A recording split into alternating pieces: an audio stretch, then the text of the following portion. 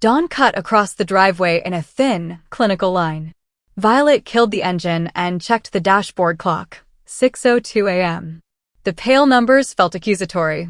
She took a breath that tasted like coffee and careful plans, swung the car door open, and pulled the suitcase handle like a ritual. Years of overtime, spreadsheets, and careful transfers, all folded into a soft, navy suitcase with a fraying handle. On the porch, her mother stood framed in the doorway, a small suitcase beside her, cheeks flushed with fake cheer. For a beat, Violet believed everything about this morning would be exactly as she'd imagined: thumbprints on brochures, shared laughter over airport donuts, a tiny ceremonial clink of champagne glasses in a boutique hotel. Then her sister appeared. Lauren moved like she owned the scene, fashionably casual, hair catching the light, a suitcase identical to Violet's in size if not in intention. She carried a smile that had always worked better as armor than warmth. Violet's throat closed. The distance between them became a physical thing. The space where a shared history should sit felt empty. "Change of plans," Mom chirped, voice too bright. "Lauren's coming instead. She's been so stressed, she really needs a break." Violet's hand tightened around the suitcase handle. Every spreadsheet cell, every late-night search for the perfect rooftop restaurant, all the hours she'd set aside for this single moment, stacked in her chest like unpaid bills. "I paid for everything," Violet said. The words were precise, brittle. Mom's eyes moved away, practiced. "We're grateful, sweetheart, but you work so hard. You can go another time. Lauren needs this now." Lauren leaned against the doorframe as if she'd rehearsed the casual entitlement. "Thanks, sis. You're a lifesaver," she offered, thin gratitude like tissue paper. Violet opened her mouth and closed it again. The driveway became a stage, and she the understudy, learning her lines too late. Her father shuffled out with a duffel, avoiding her gaze, his presence an uncomfortable punctuation to the scene. An old photograph of family holiday dinners flashed across Violet's mind, where she'd always sat quietly at the edge, refilling plates, cutting pies, smoothing arguments. No one had ever asked if she wanted to be seen. She forced a smile that felt like a mask glued to her face. "Get going then," she said, voice even. It sounded performed, and it was. She lifted her suitcase to the trunk and clicked it shut with hands that did not tremble until the latch sealed.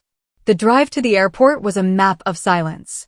Lauren's chattering barged in like it didn't belong to Violet's morning at all. TikTok dreams of Parisian shopping lists, plans to try every gelato flavor, the easy assumption that everything would fall into place.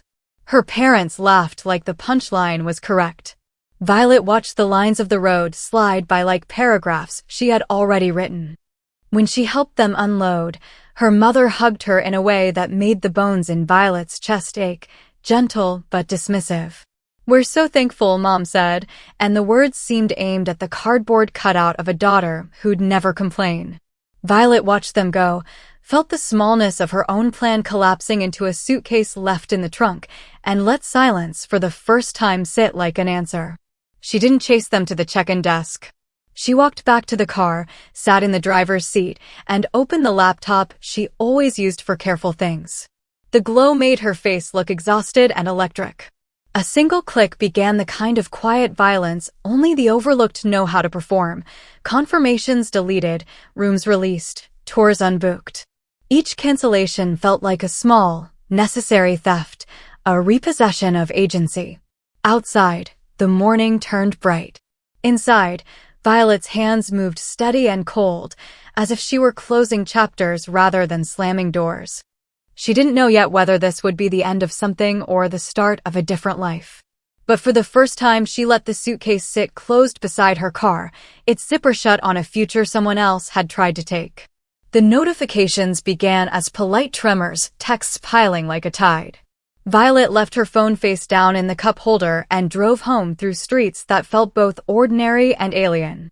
She could have compounded the silence, could have let the day blur into work and routine, but there was a hunger beneath her ribs that wouldn't be smothered by pretending nothing had happened. At home, she made tea with deliberate slowness. The kettle's whistle was a private metronome. She didn't answer immediately when the first call came through. Instead, she watched sunlight slice across the kitchen tiles and thought of all the small sacrifices that had brought her to this point: the overtime shifts, missed dinners, the way she had learned to put other people's comfort ahead of her own. Each memory sharpened the taste of resentment into something less aimless: determination. The first voicemail from her mother trembled with panic: hotel refused, reservation missing. Lauren's voice followed, syrupy with outrage.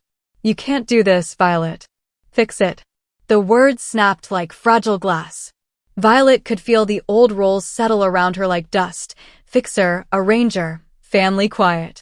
She imagined her parents wandering through strange hotel lobbies, asking for a name that no longer existed on any list.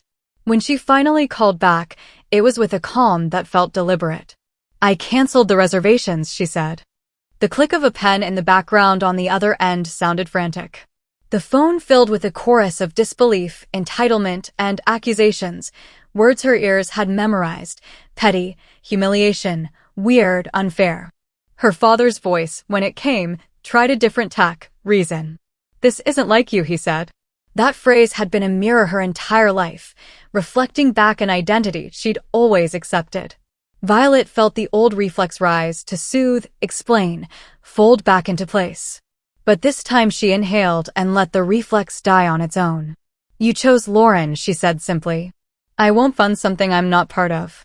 There it was, lucidity dressed as defiance. It was both smaller and larger than she'd expected. Guilt did not fall upon her. Instead, there was a peculiar lightness, the kind that follows a release from a tight grip. She shelved the phone and opened an old folder labeled Trip Plan, as if to see the architecture of the dream she'd been building.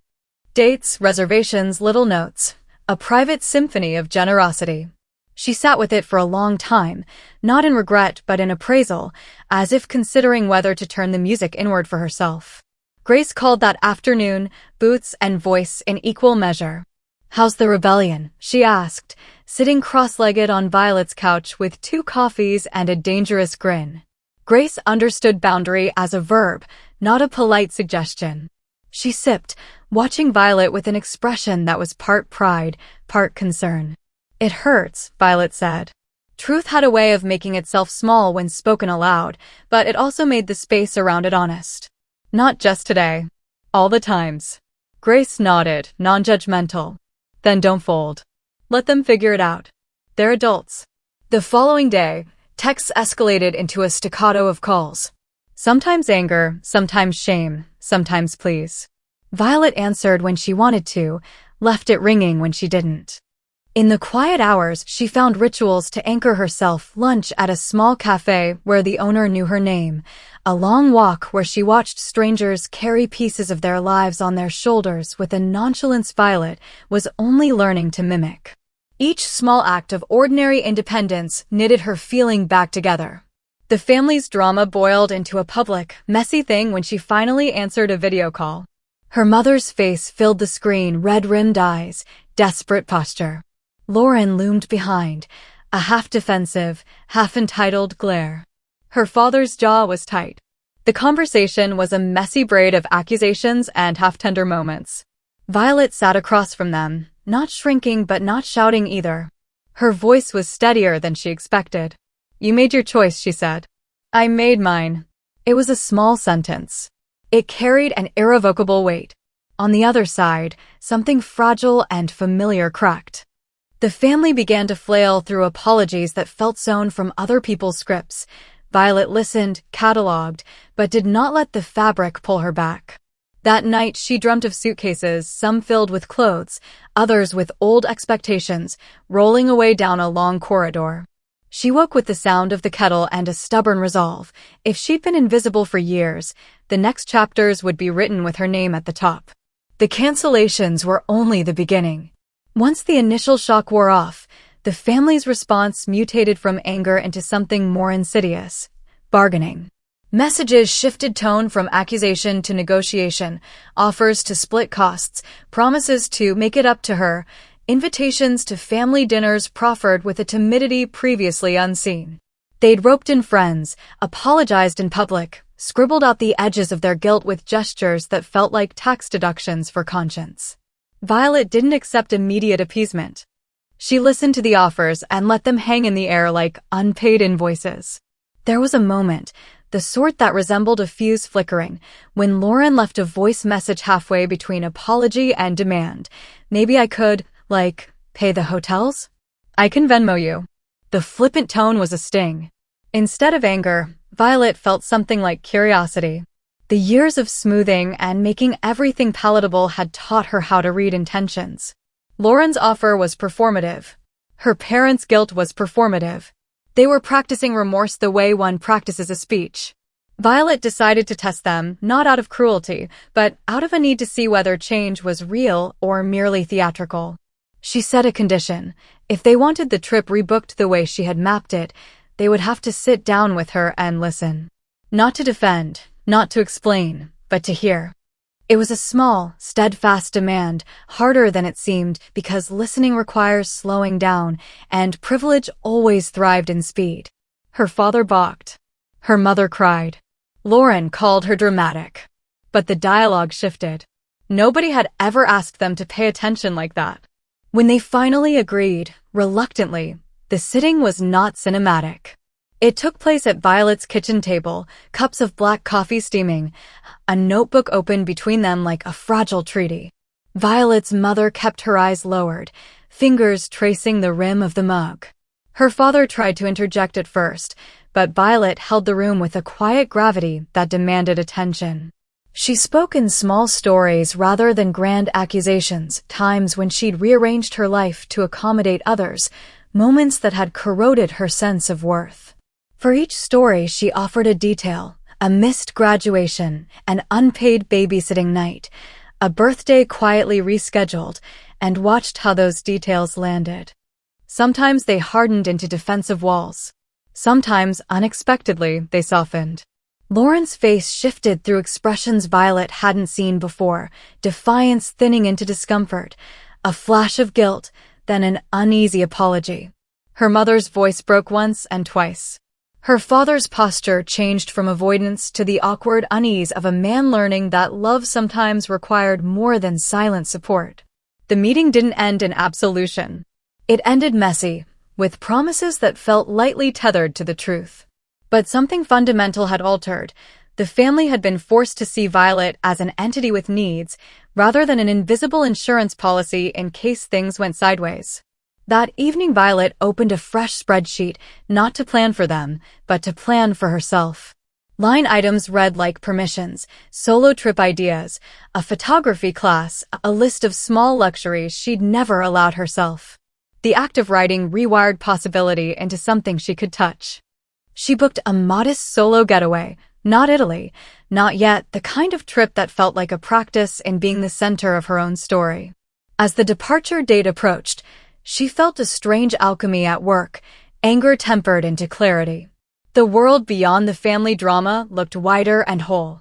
She began to recognize her own voice, at first a whisper and then a clear, audible line threading through her days. The midpoint had shifted not in the form of dramatic revenge, but as the radical choice to reorient her life toward herself. That decision, small and sovereign, was the true twist. The antagonist had not been only her family's neglect, but the years of quiet compliance she'd allowed. On the morning she left, Violet zipped the bag that had once been a symbol of other people's vacations. This time she felt the weight differently, less like debt, more like ballast. She walked out the door with her passport and a list of goals written on the back of a hotel receipt. It felt audacious and tender all at once. Italy arrived like an impossible postcard, a ribbon of cobblestone streets, a sky that seemed to be filmed on purpose, strangers' laughter spilling from cafes. Violet felt momentarily unmoored, an honest disorientation that felt good. In Rome, she traded her caution for curiosity, and the city rewarded her with small, luminous moments. A pastry so warm it made her eyes water, a conversation with a florist who taught her how to pronounce a name with delight. Back home, the family's messages continued, but softened into a background noise she could tune out. Her parents sent pictures of hotel rooms, text threads that tried to stitch mistakes back together with promises. Violet read them without responding. The world she'd left behind felt like a house one could visit, but not live in. Mid-trip, something unexpected happened.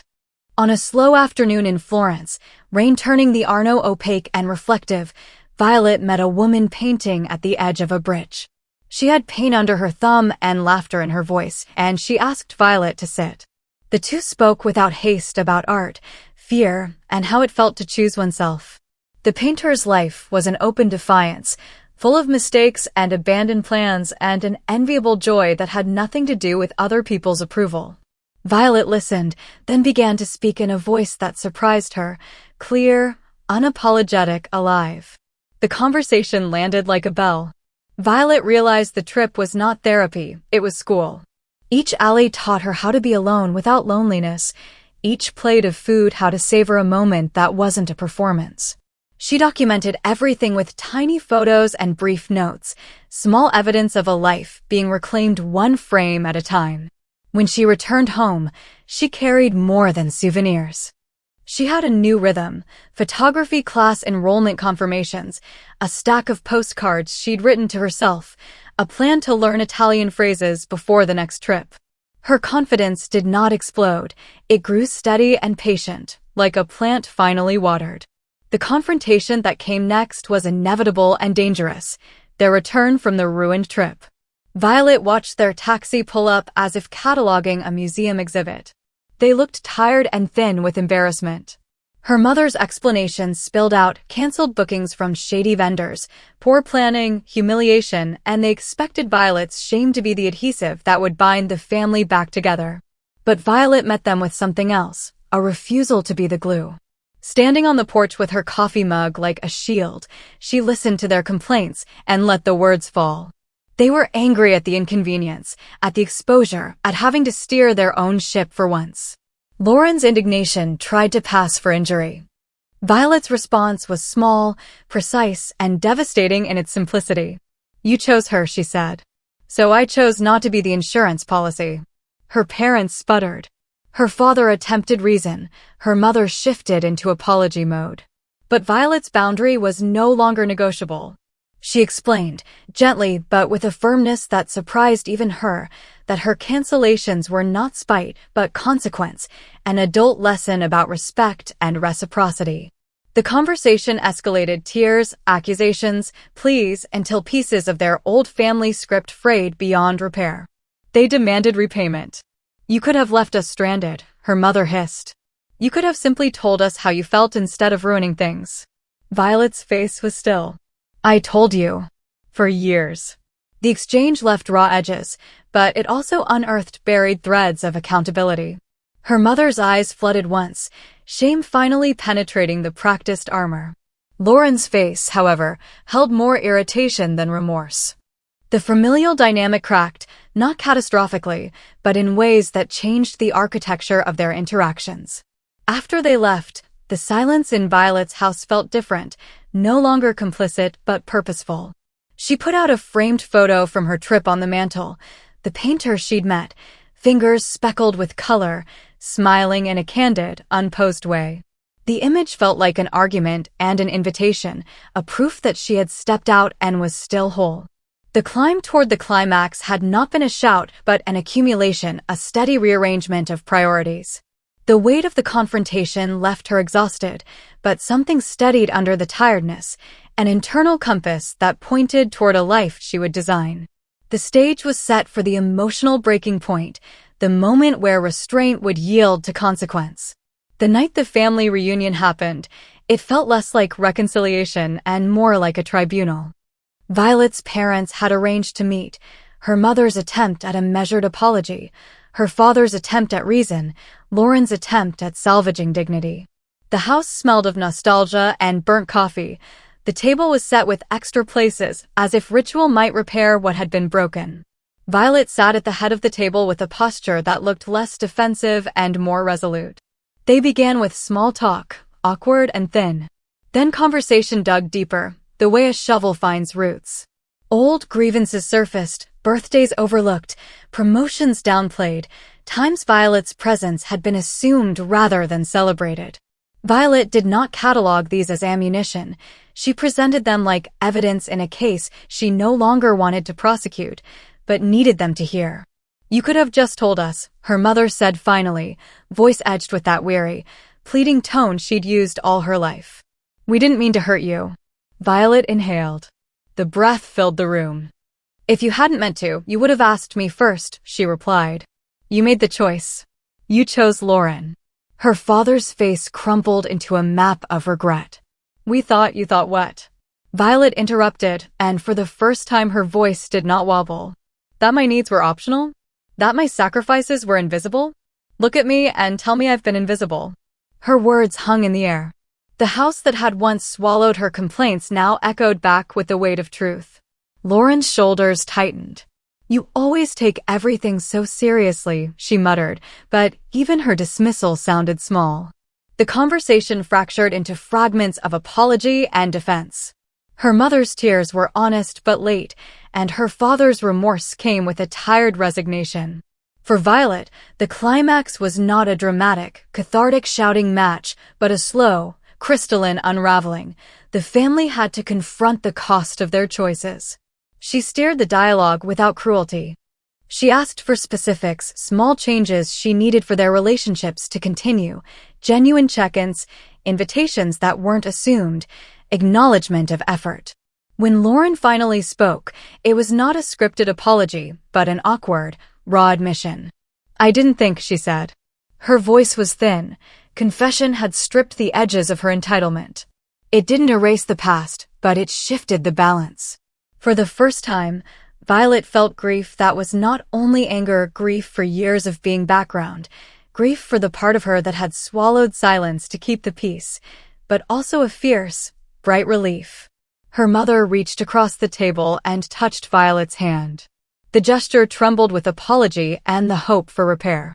Violet felt the contact, and for a heartbeat a softer script tempted her, reconciliation like a warm rug. But she had been operating with a different currency now, boundaries. "I won't be the only one responsible for making things right," she said. "I won't clean up after you, emotionally or otherwise. If you want me in your life, it will be with conditions, respect, notice, and reciprocity."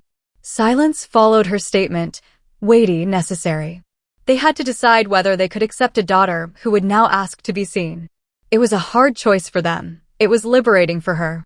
The climax closed not with everyone's forgiveness, but with a pact of honesty. Her parents promised to try. Lauren said she'd make an effort. None of it sparkled with instant perfection, but it was real. Violet left the table carrying the strange, luminous mixture of sorrow and empowerment. She had demanded to be recognized and received a start, not a finish.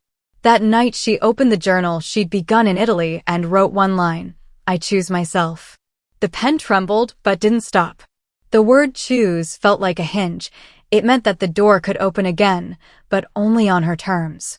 The months that followed were quiet revolutions. Violet's life rearranged itself into a pattern that honored her newly declared priorities. She took a photography class and found that framing a moment, light through leaves, hands at work, made her feel less like a background character and more like an author. She answered her parents' calls on her terms, sometimes with warmth, sometimes with distance. The lines she drew weren't barriers to affection, but guardrails that preserved her energy. Her family's apologies were not instant cures. Her mother forgot sometimes and asked, as if nothing had changed. Her father stalled in old habits. But they tried in small, uneven ways. Her mother began calling to ask about Violet's week rather than to instruct. Her father showed up at a photography exhibit. Lauren made tentative efforts, texting photos instead of assuming favors, asking before making plans that included Violet. None of these acts were perfect, and Violet accepted that progress is often small and messy. Violet also discovered pleasures that had quietly existed beyond the family drama. A favorite cafe she now visited without guilt, a group of hikers who taught her how to read mountains like weather charts, and the painter from Florence who became a friend she could call at odd hours just to compare sunrises. Her passport accumulated stamps that were less about escape and more about education of self, of how to sit in a city and be content with her own company. One evening, weeks after the confrontation that had split and mended parts of their family, Violet received a short, tentative text from her mother. "We're trying. Thank you for standing up." Violet stared at it for a long time, feeling the familiar tug of old guilt. She replied slowly, choosing her words as if they were delicate glass. "I see you," she wrote. "Keep showing up." The reply came hours later. "We will." It was small, and it was something. At home, she hung a photograph above the mantel, the bridge in Florence, rain-soft, with a painter smiling into the frame as if she'd always meant to be there. The image was a reminder that joy could exist independent of other people's approval. It hung between two family portraits, deliberate and bold. Violet's relationship with herself deepened into something steady and humane. She learned to refuse when asked for one thing and give another. She learned that saying no did not make her unlovable. It made her consistent. She learned that wounds heal not by ignoring, but by tending, sometimes with conversations, sometimes with distance, sometimes with quiet travel to places that taught her new metaphors for living. When her parents called for a holiday months later, Violet negotiated a plan that felt fair. Shared responsibilities, explicit roles, and, crucially, alerts when plans changed. They had to agree to check in and not assume. The family sat down, less theatrically now, and planned with care. It was not a fairy tale reunion. It was adult work. On the morning of that holiday, Violet packed her navy suitcase, the same one that had held her old dream, and added a smaller, new duffel for herself. She zipped it with a calm that had nothing to prove. As she walked out the door, her mother hugged her without plastered cheer. It was an honest embrace, a small victory. Violet drove away with the radio low, the road ahead open. The city lights softened behind her, and for the first time she felt her life was not a ledger of favors owed. She was writing new entries, little acts of custody over her own time and heart.